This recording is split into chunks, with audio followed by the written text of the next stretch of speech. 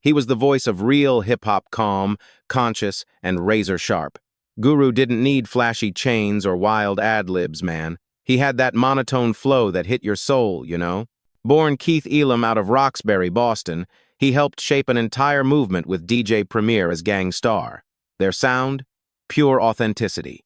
But behind the beats and wisdom, there was pain, the kind that fame can't fix. As his career soared, his life spiraled into mystery, manipulation, and heartbreak. How does a man who taught peace and positivity end up surrounded by chaos? This is the story of one of hip-hop's most underrated legends, the teacher, the poet, the voice. Let's get into his story right now. Let me know where you're watching this from in the comments. Grab yourself a warm drink, maybe a cup of water or tea. Sit back, and let's start this journey together. Before the world knew him as Guru, he was Keith Edward Elam, a quiet, thoughtful kid growing up in the Roxbury section of Boston. Born on the 17th of July, 1961, Guru came from a family that valued knowledge and discipline. His father, Judge Harry Elam, made history as the first black judge appointed in Massachusetts, and later served as Chief Justice of the Boston Municipal Court. His mother, Barbara, was a librarian who filled their home with books, jazz records, and ideas. So yeah, education and culture ran deep in that household. But even with all that, Keith wasn't some uptight rich kid, far from it. Roxbury in the 1970s was alive with rhythm and struggle. The sounds of funk, soul, and the early whispers of hip-hop were in the air, mixed with the realities of poverty and racial tension. Keith saw both sides, structure from his family and survival from the streets. That combination, intellect and grit, would later define everything about his style. From a young age, he was fascinated by rhythm and poetry. He listened to jazz greats like John Coltrane, Miles Davis, and Thelonious Monk, not just for the music, but for the emotion. His mother often said he'd sit by the record player for hours, head nodding, lost in thought. When hip-hop started spreading from the Bronx to other cities, Keith was hooked. It wasn't about fame, it was about expression, man. He saw hip-hop as the perfect way to mix rhythm with message, street talk with social truth. By high school, he was writing rhymes in notebooks, crafting words like a philosopher more than a rapper. He attended the prestigious Noble and Granoff School, and later studied at Morehouse College in Atlanta, the same college that produced Martin Luther King Jr. But he didn't finish his degree there. The traditional path wasn't for him. He transferred back to Massachusetts, attended classes at the University of Massachusetts, Boston, and even taught for a short while. Imagine that before Gang Starr, Guru was literally teaching kids in Boston classrooms. His students remembered him as calm but firm, always pushing them to think.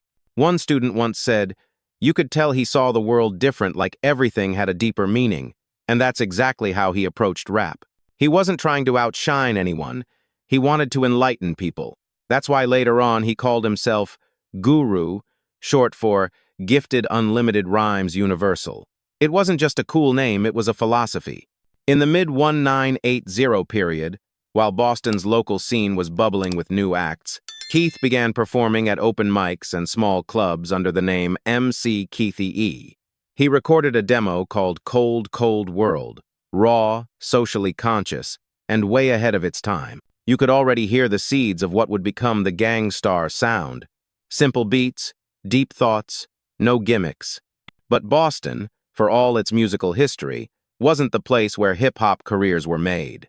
New York City was where the movement was exploding. Keith knew that if he wanted to make a real impact, he had to go where the heartbeat of hip-hop lived. So in the late 1980 period, he packed his bags and headed to New York, leaving behind a stable life, a teaching job, and everything familiar.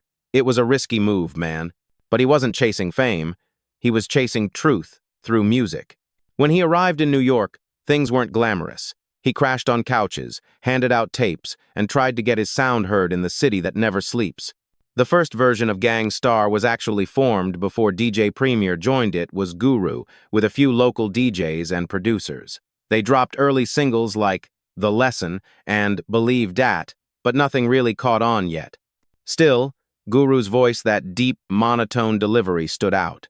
Some people didn't get it at first. They said it was too flat, too calm, but that was his magic. While everyone else shouted and boasted, Guru made you listen. Every bar sounded like a thought. not just a rhyme. That monotone style would later become one of hip-hop's most distinctive voices, not flashy, but hypnotic. He once said, "I rhyme from the heart, not from the hype." And you could feel it. During those early years in New York, Guru also absorbed the city's raw energy. He spent nights in Bronx and Brooklyn clubs, meeting underground artists, feeling the pulse of real hip-hop culture. It wasn't long before fate stepped in. In 1988, a young DJ from Houston named Christopher Martin, better known as DJ Premier, was also grinding in New York, looking for a serious MC to match his beats. When Guru and Premier crossed paths, something just clicked. Their connection was instant. Intellect met rhythm, Boston met Brooklyn, and hip-hop history was about to be made. From that point, Keith Elam, the son of a judge and a teacher from Roxbury, fully became Guru, the voice of a movement. The classroom turned into the booth, and the lessons became rhymes. He wasn't just rapping anymore, he was teaching through the mic. When Guru and DJ Premier linked up in New York, man, that was lightning in a bottle. Two totally different worlds, one from Boston, disciplined and cerebral, the other from Texas, smooth with the beats and scratches, but when they met, it was chemistry you could feel in your chest. Premier brought those dusty jazz loops, crisp drums, and turntable cuts, while Guru laid down verses with that unmistakable monotone flow.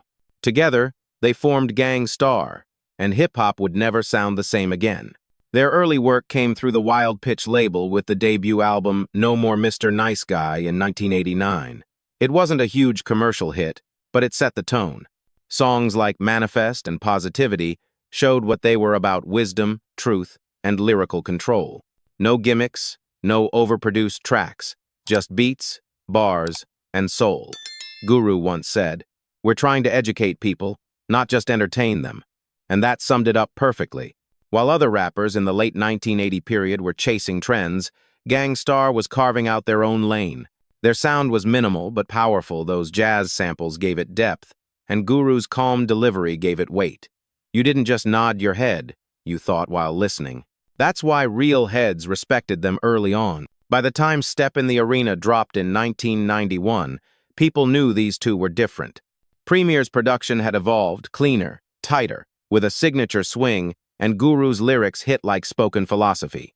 Tracks like Who's Gonna Take the Weight and Just to Get a Rep were straight reflections of the streets but with moral lessons inside. He wasn't bragging about violence or money. He was breaking down what it meant to survive with integrity. What made Gang Starr special was balance. Premier built the atmosphere, and Guru filled it with meaning. You could almost say Guru was the teacher, and Premier was the soundtrack to the lesson. Together, they built the foundation of what many call true school hip-hop. Still, during these early years, they were underrated.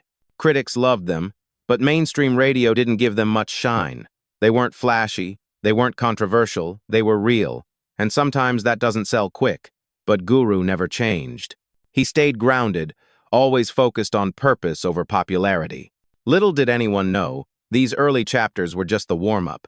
Because what came next, the rise through daily operation and hard to earn, would cement Gang Starr as one of the most respected duos in hip-hop history. By the time Daily Operation dropped in 1992, Gang Starr had fully stepped into their zone. The album was a masterclass in balance, street knowledge, jazzy production, and moral weight. Tracks like Take It Personal and Ex-Girl to Next Girl showed Guru's ability to talk real life without losing that calm poise. He didn't just rap about the hustle, he broke it down like a man who'd lived it and learned from it. Premier, meanwhile, had sharpened his production into something unmistakable: crisp snares, chopped jazz loops, and those legendary scratches that felt like punctuation marks on Guru's wisdom. Their chemistry was unreal. You could hear it, that invisible trust between beat and rhyme. Guru once described their process. "I don't tell Premier what to make. He brings me something, and if it hits my soul, we're good." That's how natural it was. Two brothers on the same frequency, no ego, no gimmicks. When Hard to Earn came out in 1994, Gang Starr had officially earned their stripes. The single mass appeal wasn't just a hit, it became a statement. Ironically, it was a critique of commercial rap that ended up becoming a commercial success. Over Premier's hypnotic loop, Guru rapped, "So whack MCs, beware, it's about to get rough." That track became an anthem. defining the Gang Starr sound for an entire generation. They weren't chasing radio play. They made radio bend toward them. Songs like Code of the Streets and Dwick blended street perspective with deep self-reflection, and fans felt it. To many, Guru's monotone wasn't monotone at all. It was focus, control, wisdom. Every word landed heavy, like a sermon from the block. By the mid-1990 period, Gang Starr wasn't just another rap act. They were the backbone of what people started calling East Coast consciousness. Alongside artists like Jeru the Damaha, Group Home, and Big Shug, all part of the Gang Starr Foundation, Guru helped build a movement that valued lyricism and message over hype. Even though mainstream fame still eluded them, their respect was unshakable. Within the culture, Guru was seen as a teacher, a man who used rap to challenge ignorance and celebrate intellect. His rhymes weren't made for the charts, they were made for the people who listened. Little did fans know, their greatest masterpiece was just around the corner, one that would redefine how truth and rhythm could coexist. By the late 1990 period, Gang Starr had already built a loyal underground following, but 1998 changed everything. That year, they dropped Moment of Truth, and man, that album hit different. From the very first track, you could feel something special. It wasn't just beats and rhymes anymore, it was therapy, philosophy, and real talk all rolled into one. Premier's production reached its absolute peak: warm jazz chords, crisp snares, and those signature scratches that turned samples into soul. And Guru? His pen was sharper than ever. On Moment of Truth, Guru opened up like never before. The title track felt like a confession, talking about loyalty, betrayal, and finding peace in the middle of chaos. You could hear maturity in his voice, like a man who'd been through storms and came out wiser. No matter what, we stay true.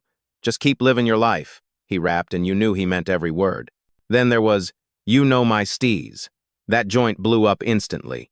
It was raw but smooth, street but spiritual. The song proved you could drop knowledge and still make people nod their heads. It hit radio rotation heavy, and suddenly, everyone was paying attention again. Critics called it a renaissance moment for East Coast hip-hop. The album went gold, a first for Gang Starr, but more importantly, it cemented their place among hip-hop's elite. Moment of Truth wasn't about chasing trends, it was about setting a standard. For many, it became one of the top 10 hip-hop albums ever made.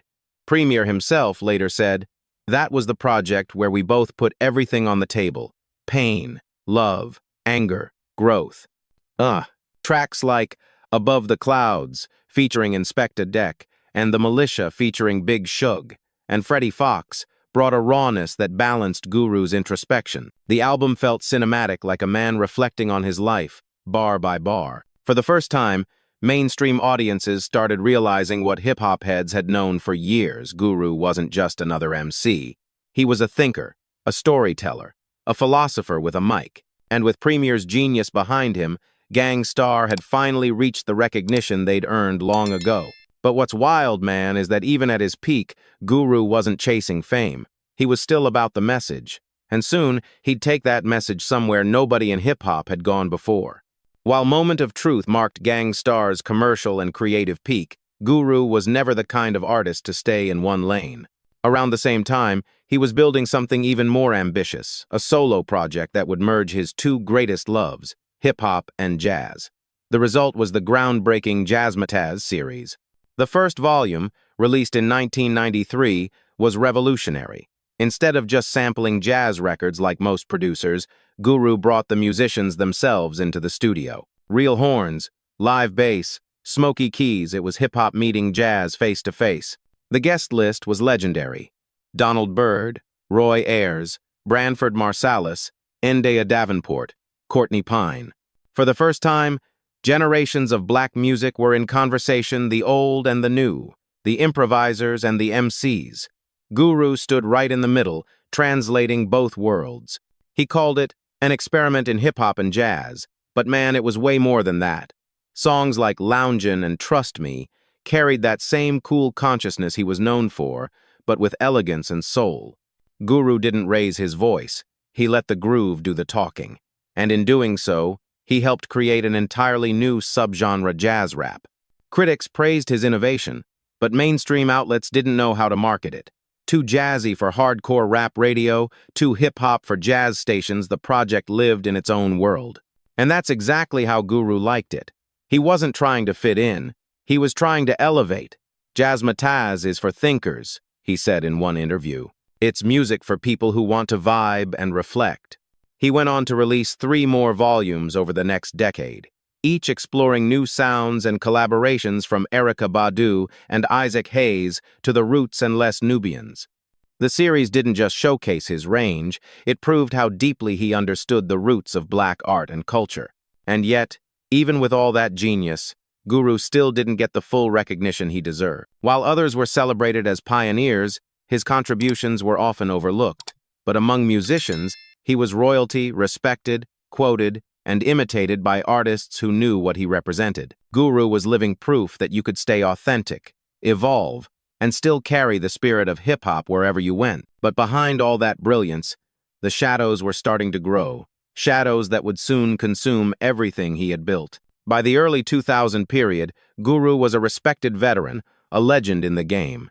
He had done what few rappers ever managed, decades of consistency, message, and artistry. But behind the calm voice and wisdom, things were beginning to shift.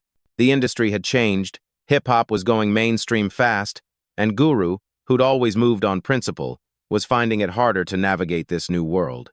Around this time, his partnership with DJ Premier, one of the most beloved duos in rap history, began to crack. The two had spent years creating timeless music together, but creative differences, personal issues, and outside influences started to create distance. Some said it was just natural growth. Others whispered that something darker was pulling them apart. Whatever the cause, it hurt fans deeply to see the unity behind Gang Starr fading. Then came Solar. In the early 2000 period, Guru met John Solar Moir, a producer from New York who shared his interest in blending jazz, soul, and hip-hop. Solar was charismatic, confident, and seemed genuinely invested in Guru's vision. To Guru, he was a fresh start, someone who respected his artistry without the weight of old expectations. Together, they launched 7 Grand Records, an independent label meant to give Guru full creative control. At first, it seemed like a good move. They dropped albums like Version 7, The Street Scriptures, and Jazzmatazz, Volume 4, which carried that signature Guru message: peace, unity, and consciousness. But fans noticed something felt off. The production was different, the energy was darker, and the chemistry that once flowed so naturally with Premier wasn't there anymore. More than the music, people started noticing Solar's growing control over Guru's life. He wasn't just producing, he was managing, speaking for him, even filtering who could reach him. Old friends, collaborators, and even family members said Guru became increasingly isolated. Premier himself mentioned in interviews that he tried to reach out but couldn't get through. Rumors began to swirl stories about Solar manipulating Guru, controlling his finances, and alienating him from everyone who truly cared. Some believed Guru was just tired of the industry and wanted a clean break. Others saw signs of emotional or even physical abuse. But with Guru being private by nature, no one really knew what was happening behind closed doors. One thing was clear: the brotherhood between Guru and Premier, which once felt unbreakable, had been replaced by silence. Fans begged for a Gang Starr reunion, but every time the question came up, Guru, or sometimes Solar speaking for Guru, dismissed it coldly. It felt strange, too scripted, too unlike him. People close to the scene described a tension that was almost painful to watch. Guru, once surrounded by community, now seemed trapped in a smaller and smaller circle. His public appearances grew rarer, and when he did show up, he looked thinner, tired. Yet whenever asked, he brushed it off, saying he was just focused on work. By the mid-2000 period, that warm light Guru carried, the calm philosopher who spoke truth over beats, seemed dimmed. The music was still there, but the joy behind it had faded. Looking back, fans say you could hear the shift in his voice during interviews. That spark of peace was replaced with a quiet defensiveness. And when people asked what happened between him and Premier, his answers sounded rehearsed, distant. The Guru the world once knew, the teacher, the visionary, was starting to disappear behind a wall of secrecy. And whether that wall was built by him or for him, nobody could say for sure. But one thing was about to make that wall crumble: his health. By the late 2000 period, the once invincible voice of Guru began to fade, not creatively, but physically. Years of constant touring, stress, and emotional strain had taken their toll. What no one knew publicly was that Guru had been battling a serious illness, multiple myeloma, a rare form of blood cancer that attacks the bone marrow. It was the kind of disease that creeps in slowly, draining your strength little by little. In early 2010, the news broke that Guru had fallen into a coma after suffering cardiac arrest. The hip-hop community was shocked. Fans around the world prayed, fellow artists sent love, and everyone expected his family or DJ Premier to be by his side. But instead, Solar was the one controlling the flow of information. He managed all hospital access, spoke on behalf of Guru, and even kept his family at a distance. That's when the rumors exploded. People started questioning why Solar, who wasn't related to Guru by blood, was acting as his gatekeeper. Reports surfaced that Guru's relatives were being denied visitation rights. DJ Premier publicly said he hadn't been able to see or speak with his longtime friend in months. The situation didn't sit right with anyone. It was confusing, painful, and suspicious. Then came the letter. Shortly after Guru's hospitalization, Solar released a statement allegedly written by Guru while in his coma. The letter claimed that Guru wanted nothing to do with DJ Premier, that he had severed all ties, and that Solar was the only person authorized to handle his affairs. It also instructed fans not to mourn him publicly and instead focus on Solar continuing his legacy. Man, that letter didn't sound like Guru at all. The language, the tone, even the spelling, everything felt off. People who knew Guru for decades said it was impossible that he would write something like that. He was known for his humility and respect, and the letter's tone was bitter and defensive. The hip-hop world erupted. Fans flooded forums and interviews, demanding answers. When Guru passed away on the 19th of April 2010, at the age of 48, the grief hit hard, but the confusion hit harder. So many unanswered questions surrounded his final months. Why had Solar isolated him? Was the letter real? And why did it seem like no one could reach him during his last days? DJ Premier spoke at length about his pain, saying, "We had our differences, but Guru was my brother. Nobody can take away what we built." Other artists like Talib Kweli, Common, and Questlove expressed disbelief at the circumstances. Even Guru's nephew later stated that the letter was most likely forged. Adding to the tension were allegations from people close to Guru who claimed Solar had been abusive physically and mentally and had manipulated him during a vulnerable time. Solar, for his part, denied all of it, saying he had been misrepresented by the media and that he was simply protecting his friend. Still, the damage was done.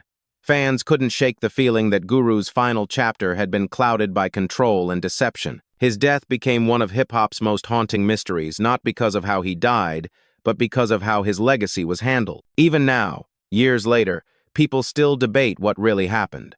Some say Guru was too trusting, that he let the wrong person into his inner circle. Others believe he was simply tired of the business, tired of betrayal, and ready to live life on his own terms. But one thing remains certain: Guru deserved better. His message was about truth, peace, and respect, values that seemed to vanish when he needed them most. And yet, even in tragedy, his voice never disappeared. Because right after his passing, something beautiful began to rise, a renewed wave of love, remembrance, and unity from those who truly understood what he stood for. After Guru's passing, the hip-hop world went silent for a while. It wasn't just the loss of an artist, it felt like the end of an era. Guru wasn't the loudest or flashiest MC, but he represented something rare: truth, integrity, and wisdom. His fans didn't just listen to his words, they lived by them. And as time passed, people began to realize just how deep his influence really was. Guru had built his entire career on the belief that hip-hop was more than entertainment, it was education. Through songs like Moment of Truth, Code of the Streets, and Who's Gonna Take the Weight, he taught life lessons in rhyme form. You could study his lyrics and walk away with something to think about. He once said, "Rap is poetry with a beat. If you're not saying something, you're wasting the mic." That philosophy shaped a generation of lyricists who saw rap as a tool for growth, not just fame. Artists like Common, Talib Kweli, Mos Def, Lupe Fiasco, and Kendrick Lamar have all credited Guru and Gang Starr as major inspirations. You can hear his DNA in the way they balance street reality with consciousness. Even younger MCs, from Joey Bada Dollar Dollar to J. Cole, cite Gang Starr as one of the blueprints for real hip-hop. J. Cole once said, "Guru taught us how to be wise without preaching." That's the mark of a true teacher. Outside of lyricism, Guru's Jazzmatazz project continued to influence artists across genres. Producers began to blend live instruments with rap again, reviving the sound Guru pioneered in the early 1990 period. Jazz musicians who had once ignored hip-hop started collaborating with rappers, understanding that both were born from the same cultural heartbeat. His idea that black music could talk to itself across generations became mainstream. More than that, Guru's message of positivity still resonates. He never glorified violence or materialism. He spoke about peace, unity, and inner strength. For fans who grew up during hip-hop's rougher years, his music felt like guidance, like hearing from an older brother who wanted you to make it out of the struggle.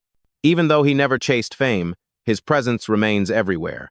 You hear his voice sampled, quoted, and referenced in new tracks. DJs still spin Mass Appeal and Full Clip at shows to this day. His wisdom didn't fade, it evolved.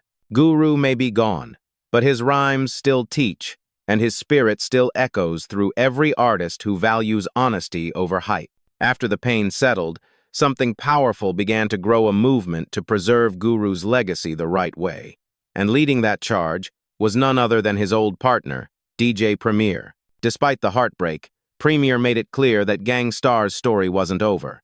For years, he carefully collected Guru's unreleased verses, protecting them like sacred artifacts. Then in 2019, almost a decade after Guru's passing, Premier released one of the best yet, a full Gang Starr album built around those vocals. The album hit like a time capsule. Hearing Guru's voice again over fresh Premier beats brought tears to fans everywhere. Tracks like Family and Loyalty, featuring J. Cole, reminded the world exactly why Gang Starr mattered. It wasn't about nostalgia, it was about timelessness. The way Premier mixed Guru's verses with new collaborations made it feel like he never left. And when J. Cole rapped, "Guru, the king, the teacher, the legend, forever," it sealed the legacy in stone. That release reignited love for Gang Starr across generations. Younger fans discovered the catalog for the first time, diving back into Step in the Arena, Hard to Earn, and Moment of Truth. Meanwhile, older heads revisited the records they grew up on, remembering where they were the first time they heard that monotone voice over Premier's dusty drums. The respect became universal again. Outside the music, Guru's hometown of Boston began honoring him as a local hero. Murals went up in Roxbury, and community programs used his lyrics to inspire youth about self-respect and education. In classrooms and workshops, lines from his songs became lessons about resilience and self-worth. The man who once taught in real classrooms was still teaching, just through a different kind of mic. Over time, the noise surrounding his final years started to fade, replaced by the sound that mattered most, his music. Hip-hop historians now place him among the greats, a master lyricist who merged intellect with soul, bridging the gap between street wisdom and spiritual balance. DJ Premier summed it up best. Guru was peace. Everything about him, his voice, his message, his energy was peace. And that's exactly how people remember him today. Guru's story may have ended in tragedy, but his words became eternal. His rhymes still echo in headphones, his lessons still guide dreamers, and his presence still lives in every artist chasing truth. He wasn't just part of hip-hop history, he is hip-hop history. He was the calm voice in a loud world, the thinker in a culture built on noise, the man who never shouted but somehow made everyone listen. Guru, gifted unlimited rhymes universal, lived up to every word of that name. And even though he's gone, his story still feels unfinished, like one more verse waiting to drop. When we look back on hip-hop in the 1990 period, you can't write that history without Gang Starr. While the West Coast had its gangsta anthems and the South was finding its sound, Guru and DJ Premier built something timeless in New York, something spiritual. Their music wasn't just about survival, it was about self-discovery.